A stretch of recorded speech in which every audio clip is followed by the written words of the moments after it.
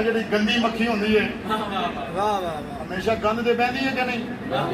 ਸ਼ਹਿਦ ਦੀ ਮੱਖੀ ਉਹ ਕਿੱਥੇ ਬਹਿੰਦੀ ਹੈ?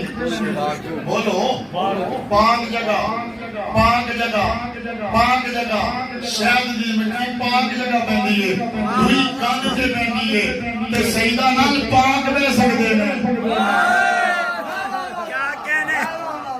हुजूर दी औलाद नाल पाक लोग बह सकते हैं। नापाका दा काम भी जात दफा मर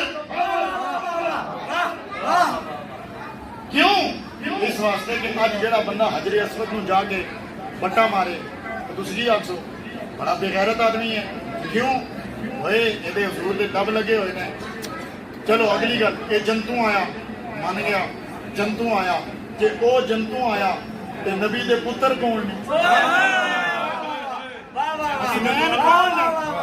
जंती जवाना दे सरदार।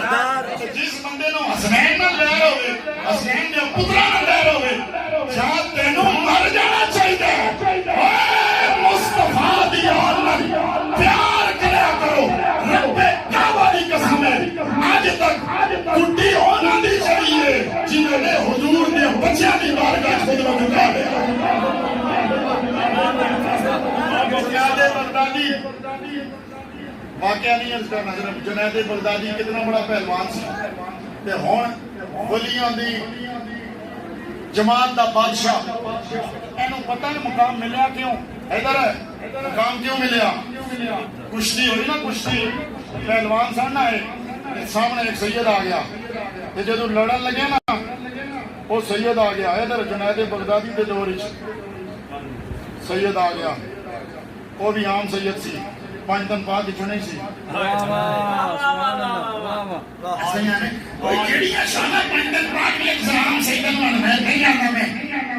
पुत्र जनाब ना सैयद साहब आए तो जुनैद बगदादी के काम जाने ने मैं सैयद हूं।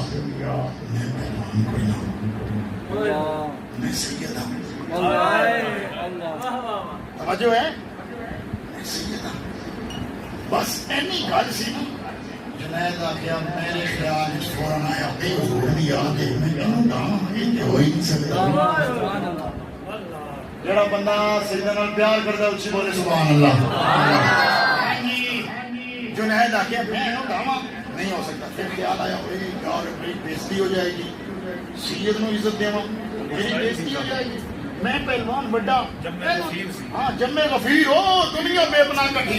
जुनैद आ गया जे मैं इन्हू इज्जत देवां मैं तो बेइज्जत हो जावांगा।